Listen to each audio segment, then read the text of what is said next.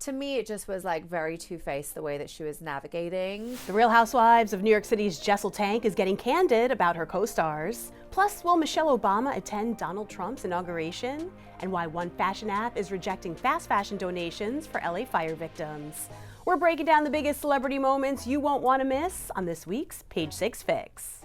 Let's start with what's trending on Page 6. Justin Baldoni filed a bombshell $400 million defamation and extortion lawsuit against Blake Lively and Ryan Reynolds as their It Ends With Us feud continues, and Taylor Swift has been dragged into it. In the complaint obtained by Page 6, the actor-director accuses Blake of utilizing the pop superstar to further assert control over the production of the film by calling Taylor and Ryan her dragons in an alleged text exchange. Wendy Williams called into the Breakfast Club pleading for her freedom. The famed talk show host and her niece Alex Finney told listeners that she's trapped in a facility in New York while under a guardianship and calls the situation emotional abuse. I am not cognitively impaired, you know what I'm saying? No, but I feel like I am in prison. You understand what I'm saying? Wendy, who's been diagnosed with frontotemporal dementia and aphasia according to her team, was placed under the court-ordered guardianship in 2022. Liam Payne's close friend Roger Norez, who has been charged with manslaughter for the late singer's death, is suing Liam's father, Jeff Payne, for defamation over his reckless remarks about him. The Argentinian businessman alleges in the lawsuit obtained by Page 6 that Jeff made sworn statements about him to prosecutors that were false, contained material omissions, and many parts were not based on personal knowledge. Jeff reportedly told authorities that Liam was in his girlfriend Kate Cassidy and Roger's care due to his addictions, but Roger denies in the complaint that he ever had a legal duty to care for the troubled pop star.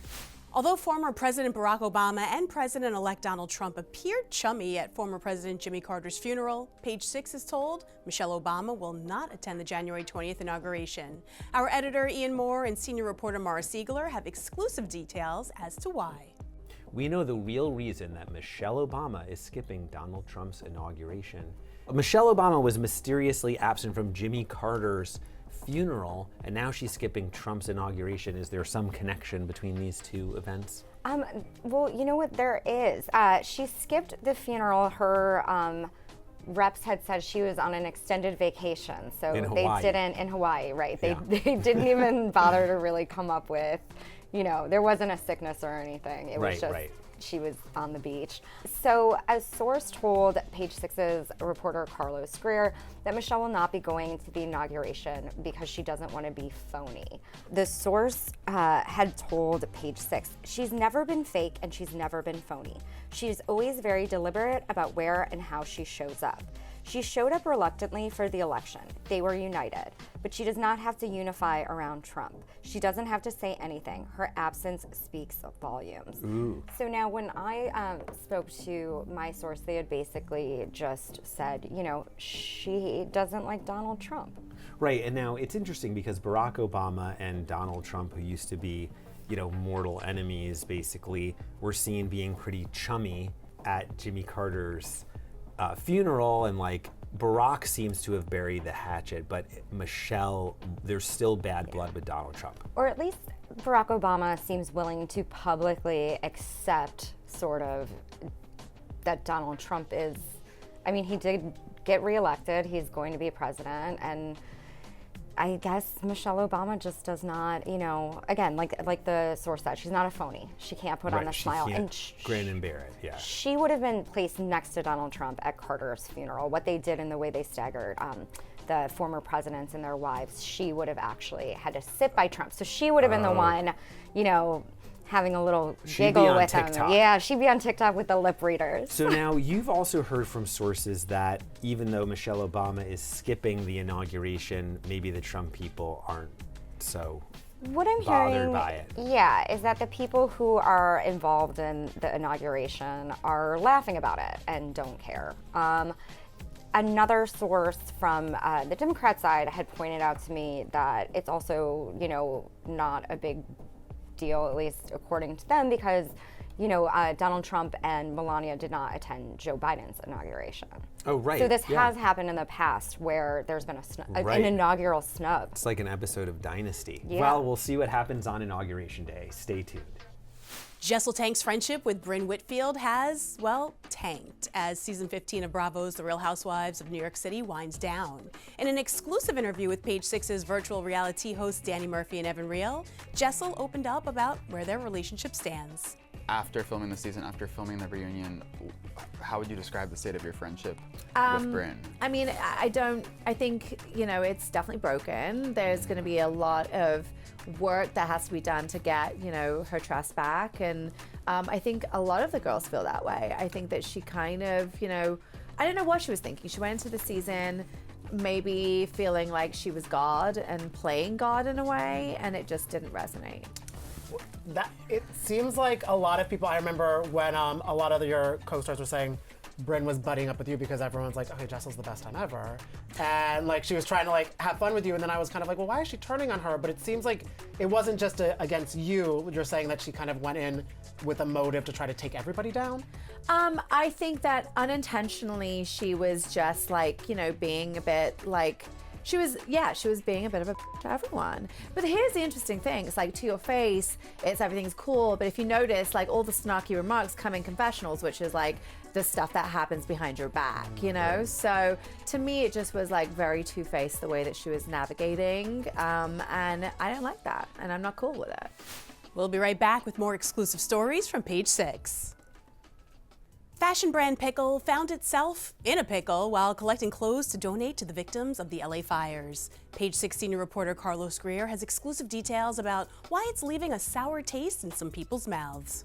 So if you're not familiar with Pickle, and I'm not talking about what you eat, I'm talking about the sustainable fashion brand that actually lets people rent clothing from other people's closets. Well, they've decided to try to help the victims of the Los Angeles wildfires by collecting clothes to donate, but they're starting to deny brands like Zara and H&M, and Page 6 senior reporter Carlos Greer has the exclusive story. Now, why are they not interested in these fast fashion brands? So Pickle, as you mentioned, it's a young brand, it's a startup, and they have a store here in New York's West Village neighborhood. And like a lot of people, they want to help out the victims of the LA fires, and so they hosted a clothing drive at their store downtown in New York, and they just got overwhelmed. They are a no fast fashion company, and they weren't accepting fast fashion on Sunday when they were accepting donations from New Yorkers. And essentially, they told us that they were overwhelmed. They didn't expect the crowd that came. That's the good thing about it, is that New Yorkers did show up, but some of them were unfortunately denied. In fact, we spoke to a source who was trying to donate kids' clothes from Zara and H&M, and they didn't accept them. But being overwhelmed or not, people are in need right now, so why would they be turning away any kind of clothing? Well, I mean, good question. You know what I think it is? I think this is a company who is a bit tone deaf and perhaps a little naive, but you know, they obviously had very good intentions. And their motto for their company is no fast fashion. They said that they wanted to donate high quality clothing to the victims, but I don't think that that's top of mind for people who have lost everything. Hollywood is feeling the effects of the catastrophic Los Angeles wildfires, and while many A-listers lost their homes in the fires, other stars and brands are banding together to help the victims. Page 6 style and shopping director Alana Fishman has more on how they're giving back. This past week has been absolutely devastating for Los Angeles, with multiple wildfires displacing tens of thousands of people, destroying more than 12,000 structures, and claiming 24 lives so far. Given how many fashion brands are based in LA, this crisis hits quite literally close to home, and a number of companies on both coasts are pitching in to provide aid. Famed for its workout wear, Alo is supplying relief packages of water, wellness products, and clothing to those impacted by the fires. Rebecca Minkoff and her Female Founder Collective are raising funds for the Los Angeles Fire Department Foundation and have already surpassed $1.6 million in donations. Known for its statement-making embroidered knits, Lingua Franca has dropped an I Heart LA cashmere sweater with 100% of proceeds supporting the LAFD. Kim Kardashian's Skims is donating underwear, clothing, and socks to Baby to assist those displaced by the fires, in addition to donating to the LAFD Foundation. Editor favorite Anina Bing has assembled over 1,000 care packages for those in need, available at the brand's Melrose flagship store, and has also sent hundreds of boxes of clothing to local shelters across LA. And J.Crew Factory is inviting anyone impacted into its Beverly Connection store to pick up free new clothing for adults and children, as well as N95 masks to protect them from the smoke. For more on how celebrities are giving back, head to Page 6 Style. Our hearts are with the victims. Well, the first Monday of the new year is unofficially called Divorce Day. That's when many couples, famous and non-famous alike, call it quits. It's just a few weeks into 2025, and we've already seen a few A-list splits. Writer and comedian Brian Foss is here to give us this week's celebrity relationship status update. First up, it's Hollywood power couple Ben Stiller and Christine Taylor. Did you know these two separated for 3 or 4 years before getting back together during the pandemic? Well, this week, Stiller revealed to the New York Times that the split was about having space to see what their life felt like as single people. What I want to know is, how do you hold space for both your marriage and the lyrics to Defying Gravity? Jessica Simpson and Eric Johnson have split after 14 years together, 10 years married, and 3 kids. In a statement, the singer/fashion mogul said they've been living separately and navigating a painful situation in their marriage. Yikes. In another blast from the Y2K past, Spencer Pratt is being called Husband of the Year, a sentence I never thought I'd say. He and Heidi Montag tragically lost their home in the LA wildfires, so Spencer asked fans to stream his wife's 2010 album, Superficial, and it shot up to #1 on iTunes.